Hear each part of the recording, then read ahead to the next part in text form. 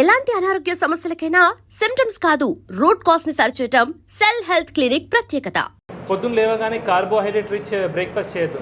మనం ఏంటి ఇంత అన్నము లేదంటే ఇడ్లీ దోశ అన్నిట్లో కార్బోహైడ్రేట్సే. ఓకే, ప్రోటీన్ అనేది లేదు.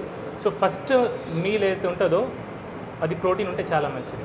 Okay, quality fat quality protein ఉంటే ఆరోగ్యం చాలా మంచిది. పొట్టలు రావు. సరే ఏం తినాలి సార్? మరి ఏం తినాలి? అందరూ ఇడ్లీలు పూరీలు తింటారు కదా. కోడిగుడ్లు బెస్ట్. నాన్ వెజిటేరియన్స్ అయితే వెజిటేరియన్స్ అయితే ఎటువంటి కార్బోహైడ్రేట్ లేనివి స్ప్రౌట్స్ అయినా పర్లేదు, వెజిటబుల్ సాలెడ్స్ అయినా పర్లేదు, డ్రై ఫ్రూట్స్ అయినా పర్లేదు. అవి నానబెట్టింది రాత్రి ఇప్పుడు నానబెట్టింది పొద్దున తినడం, అది ఫస్ట్ మీల్ తీసుకుంటే మంచిది. అండ్ 2 మీల్స్ సరిపోతాయి సార్. మనం అనవసరంగా 3, 4, 5 సార్లు తింటున్నాం. ఓకే, అంత తినాల్సిన అవసరం లేదు. 2 మీల్స్ చాలు. 2 మీల్స్ చాలు.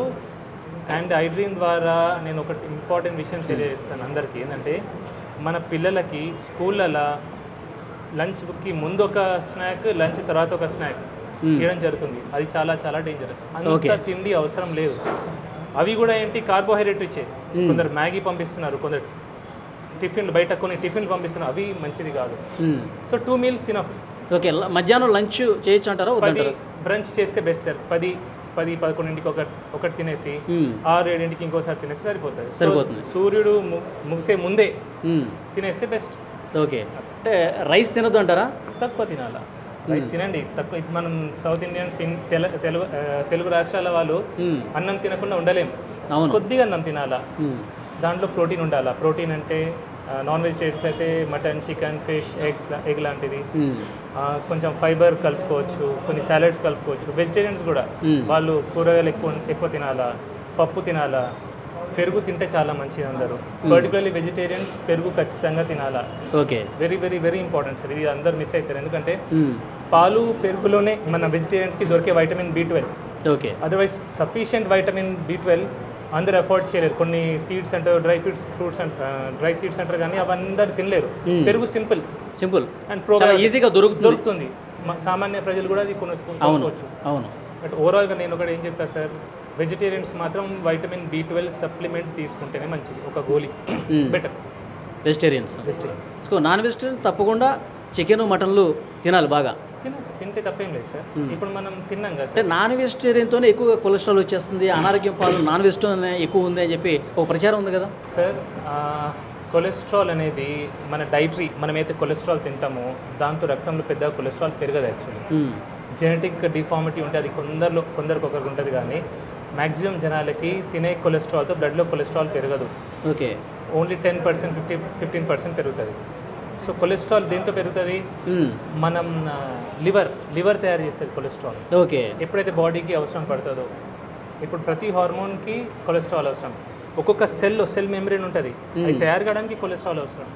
ఓకే, సో అందుకే కొలెస్ట్రాల్ అనేది చాలా ముఖ్యం. కొలెస్ట్రాల్ మన కొలెస్ట్రాల్ రాదు అంటారు సార్. కొలెస్ట్రాల్ తింటే కొలెస్ట్రాల్ రాదు. ఇంకా సాచురేటెడ్ ఫ్యాట్తో కొన్ని కొలెస్ట్రాల్ వస్తుందని చెప్తారు. LDL కొలెస్ట్రాల్ పెరుగుతుంది అంటారు, కానీ LDL కొలెస్ట్రాల్ కూడా 2 రకాలు, లార్జ్ బాయింట్, స్మాల్ డెన్స్ అని. ఫ్యాట్ తింటే పెరిగేది మ్యాక్సిమంగా లార్జ్ బాయింట్ ఎక్కువ పెరుగుతుంది.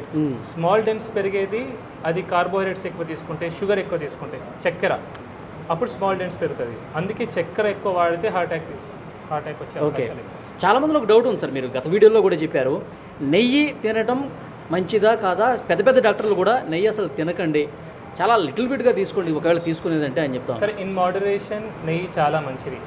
ఎసెన్షియల్ ఫ్యాటీ యాసిడ్స్ ఉంటాయి, అవి నెయ్యిలో ఉంటాయి. చాలా చాలా మంచిది. ఒక్కటి ఆలోచించండి సార్, నెయ్యికి మనం భయపడుతున్నాం, బియర్కి భయపడట్లేదు, ఆల్కహాల్కి భయపడట్లేదు, స్మోకింగ్కి భయపడట్లేదు.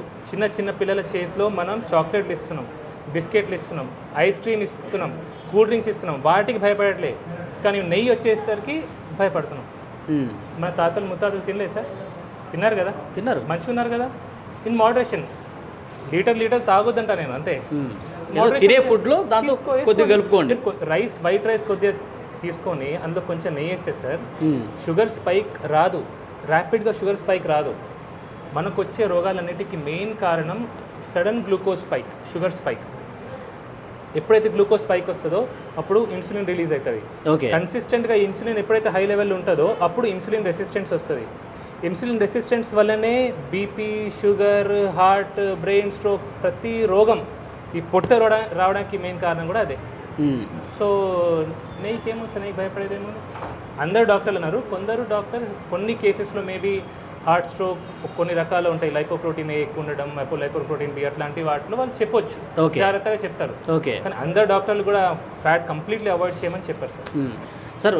ఫైనల్గా ఇప్పుడు మీరు మొన్న బాధపడుతూ కన్నీళ్ళు పెట్టుకుంటూ ఒక వీడియో అది బయటికి రావడం వల్ల వైరల్ అయింది. కానీ అంతకంటే ముందు కూడా మీరు కెమెరా లేనప్పుడు కూడా చాలా సందర్భాల్లో బాధపడి ఉంటారు. చాలా సందర్భాలు అంటే మీ డాక్టర్ అయిన తర్వాత ఇన్ని కేసులు చూసిన తర్వాత మీరు బాగా బాధపడ్డటువంటి సిచ్యువేషన్ అంటే ఏ పేషెంట్ని చూసి ఇంకా మనసు చలించిపోయింది మీది? సార్ చిన్న వయసు 20-25 సంవత్సరాల వయసులో బీపీలు షుగర్లు వస్తారు. బీపీ షుగర్ ఎంత బాధ సార్ అది. ఇప్పుడు జీవితాంతం ఒక బీపీ గోలేసుకోవాలా, షుగర్ గోలేసుకోవాలంటే ఎంత బాధ ఉంటుంది సార్ ఆ మనిషికి. ఎంత టెన్షన్ పడుతుంది సార్. చిన్న వయసు వాళ్ళు బాగా టెన్షన్ పడతారు. ఒకటి చిన్న 20-30 ఇయర్స్ ఒక మనిషి బాగా కష్టపడతాడు. 30 ఇయర్స్ ఒక ఏదో జాబ్ అని కష్టపడతాడు, ఏదో తింటాడు, ఏదో చేస్తాడు. 30 ఇయర్స్కి పెళ్ళయి 2 చిన్న పిల్లలు ఉంటారు, పక్షవాతం, గుండెపోటు. ఎట్లుంటుంది సార్ ఆ ఫ్యామిలీ, ఎంత డివాస్టేట్ అయిపోతుంది సార్. వాడు పని చేస్తే కానీ ఇల్లు నడపలేని పరిస్థితిలో ఇమాజిన్ ఎట్లుంటుంది ఆ పరిస్థితి. జీవితం ఒక్కసారి తలకిందులు అయిపోవడం కదా. ఇమాజిన్ సార్ అసలు అది. నేను ఇంతమందిని చూసాను, ఆ బాధ అదంటే ఇప్పటికీ బాధ అవుతుంది సార్. సో దీన్ని మీ కళ్ళల్లో కనిపిస్తుంది ఆ బాధ అంతా కూడా. ఓకే, ఇంకొకటి పేషెంట్స్ చాలామంది వస్తున్నారు, నేను కూడా మాట్లాడే ప్రయత్నం చేశాను. వాళ్ళు ఆ వీడియోలో చూసి సార్ మాకు దేవుడితో సమానం అని చెప్పి మాట్లాడుతూ ఉన్నారు. మీకు కలిసినప్పుడు కూడా అదే విషయం చెప్తూ ఉంటారా? చెప్తారు, పాటలు కూడా రాస్తారు, పాటలు కూడా పాడతారు. కానీ నేను దేవుని కాదు సార్. అసలు నేను దేవుని ఎట్లయితే జస్ట్ చాలా దూరం నుంచి వచ్చాను సార్, సుదూర ప్రాంతం నుంచి మీ దగ్గరికి మిమ్మల్ని కలవటానికే వచ్చానని చెప్పి చెప్తున్నారు కదా. అట్లా అన్నప్పుడు మీకు ఏమనిపిస్తుంది? బాధ అవుతుంది. నా వల్ల ఒకరు బాధపడుతున్నారు, నన్ను కలవడానికి ఇంత దూరం నుంచి వచ్చి ఇబ్బంది పడుతున్నారు అనేది నాకు ఒక బాధ. అట్లా అట్లా చాలా బాధ అనిపిస్తుంది. చాలా ఇంతమంది చూస్తే నాకు చాలా బాధ అవుతుంది. ఉండదు సార్, అసలు ఎందుకు రావాలి సార్ అని. ఇంకా బాధ కాదు, కోపం కూడా వస్తుంది అప్పుడు. నేను చెప్తూనే ఉంటాను. చాలామంది అంటారు, సార్ ఇట్లా మీరు ఏడ్చి చూసి నేను బాగా ఫీల్ అయిపోయి, నేను మిమ్మల్ని ఫాలో అవుతున్నా, మీ అన్ని వీడియోస్ చూస్తా. ఒకటే అడుగుతా, నన్ను ఏ నూనె వాడుతున్నావు అంట. నవ్వుతారు, సార్ రిఫైండ్ ఆయిల్ అంటారు, ప్యాకెట్ నూనె అంటారు. మళ్ళీ అది బాధ నాకు. చక్కెర వాడడం మానేసావా, ప్రతి మీల్లో కొంచెం ప్రోటీన్ తీసుకుంటున్నావా. సో నేను చెప్పేది ఆచరించకపోతే నన్ను ఇంత ప్రేమించిన ఏం లాభం సార్? ప్రేమ ఎప్పుడు కనిపిస్తుంది సార్?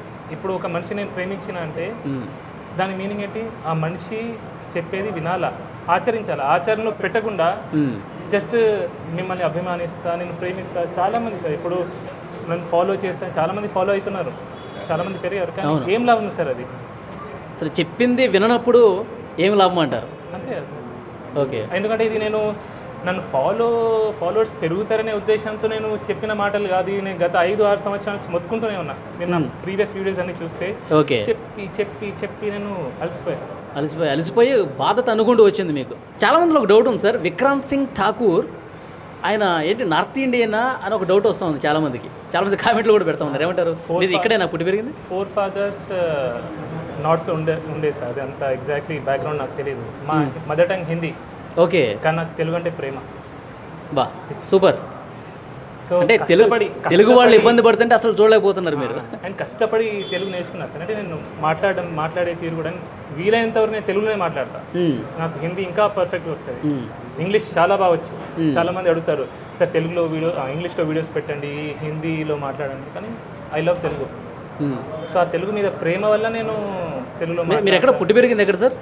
పుట్టింది Karimnagar civil hospital sir. Okay, కానీ స్టార్టింగ్ ఇయర్స్లో నేను నార్త్ ఇండియాలో ఉండే సార్. ఓకే, 5th క్లాస్ వరకు నార్త్లో ఉన్నాను. 5th 6th క్లాస్లో మళ్ళీ కరీంనగర్ రావడం జరిగింది. సో వచ్చిన తర్వాత ఇక్కడే చదువులన్నీ అలా జరిగింది.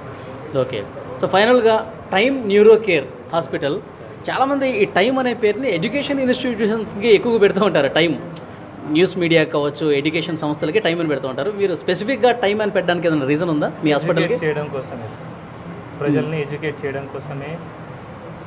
నేను ఒకరినైనా సరే 10 మందినైనా సరే మార్చగలిగితే అయితే ఒక సంతోషం ఇప్పుడు ఉంది సార్. ఎందుకంటే కొన్ని చోట్ల నేను వింటున్నాను, ఇస్కాన్లో కొన్ని చోట్ల ఈ ప్లాస్టిక్ ప్లేట్స్ పోయి వాళ్ళు బ్యాంబూ ప్లేట్స్ స్టార్ట్ పెట్టారు. అవును. కొన్ని ఊర్లలో కూడా స్టీల్ ప్లేట్ బ్యాంక్ స్టార్ట్ చేశారు. సో ఇట్లాంటివి జరగాలి సార్. ఓకే, ఇవన్నీ మీరు గత వీడియోలోనే చెప్పున్నారు కదా? ఇవన్నీ గత వీడియోలో అంటే వింటున్నాను సార్. ఇప్పుడు ఈ మధ్యలో ఆఫ్టర్ ఒక క్యాన్సర్ ప్లేట్ గురించి చెప్పిన తర్వాత ఈ మార్పు అనేది వస్తుంది. ఓకే. సో పీపుల్ ఎడ్యుకేట్ అవుతున్నారు, కొద్దిగా అయినా స్టార్ట్ అయింది. సో ఇది జరగాలని ఉద్దేశంతోనే ఒక టైం అని ఎడ్యుకేట్ చేయాలని దాంతో పెట్టండి. Okay, so thank you very much sir. మిమ్మల్ని కలవడం నాకు కూడా చాలా